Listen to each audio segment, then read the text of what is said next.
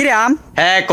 তুই এই সিজনই আয়স করে? কারণ এই সময় আপনার টাইম আতা হ্যাঁ। হ্যাঁ, তোর টাইমে আয়া লাভ কিতা হগলি তোরে সুইসা খাইয়া বট্টাটা ফালাই দে। তো কি হইছে, আমি আবার এই বটার থেকে নতুন গাছ হইয়া আমইয়া বাইরেমু। This is mango style. বাহ কি স্টাইল। আচ্ছা তোর নাম ম্যাঙ্গো কেমনে রে পড়ছে? এটা অনেক যুগ যুগ যুগ বছর আগের কথা। আমি শুনছিলাম কেডা বিলে দুধ দিছে এরপর থেকে বিলে তোর নাম ম্যাঙ্গো পড়ছে। এমনই একটা কাহিনী হইছিল। আচ্ছা কাহিনীটা কস না আমারে বাইঙ্গা শুনতাম। তুই শুনবি? ও সালাডা টান দিয়া ব কইতাছি। সালাডা টান্দা বইছি কয়বার? আজকে থেকে অনেক যুগ যুগ যুগ যুগ যুগ যুগ। আরে হইছে তো, আর কত যুগ যাইবি অনেক কস না। কইতাছি। ক এটা অনেক যুগ আগের কথা। কিতা হইছিল ওই দিন? সিন্দুরে আম চিনুসনি, লাল টুকটুক করে যে। খাইছি তো, যে স্বাদ লাগে রে।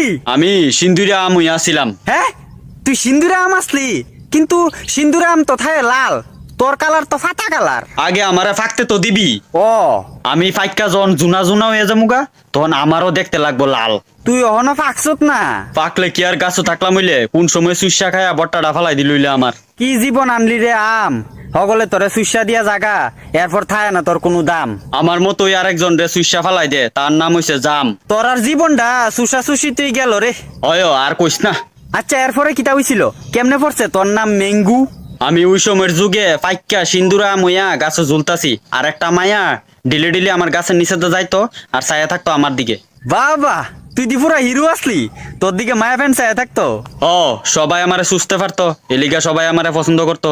কিন্তু ওই মায়াটা আছে না, বেতালা সুন্দর আসলো রে, একদম সাদা কালারের আসলো। তুই কিতা মায়াডারে পছন্দ করতি নাকি? মায়াটা আমার দিকে ছায়া থাকতো আর আমিও মায়াটার দিকে ছায়া থাকতাম। সেরা ফিলিংস আসিল। তইলে তুই মায়াডার প্রেমে পড়ে গেছলি গা না রে? আমার বট্টার ভিতরে এমন ফিলিংসই আইছিল। আচ্ছা কি রে, মায়াডা যে তোর দিকে ছায়া থাকতো তোরে কোনোদিন কিছু কইছিনি?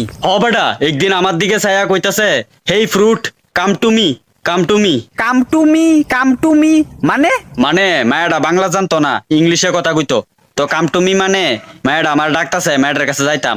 বাহ তোর তো পুরা ছক্কা লাগিয়ে গেছে গা, মায়া তোরে ডাকতাছে। শেয়ারা শেয়ারা, তুই এরপরে গেছুত নি মায়াডার কাছে? না রে, আমার বট্টার ভিতরের ফিলিংসটা শেষ হয়ে গেল। কে রে আবার কিতা হইছিল? থাক বাদ দে, এরপরে আমি আর কইতে পারতাম না। কস না কস না কস না কস না। এখন তাইর কথা মনে পড়লে আমার বট্টাটা কান্দে। বট্টা কান্দে মানে? তোরা যখন সেকা খাস তখন তোরার মন কান্দে, কিন্তু আমি যখন সেকা খাই তখন আমার বট্টা কান্দে। তাইর কথা বেতালা মনে পড়ে রে। এরপর কিতা মায়াডা তোরা আর দেখতো আইছে না?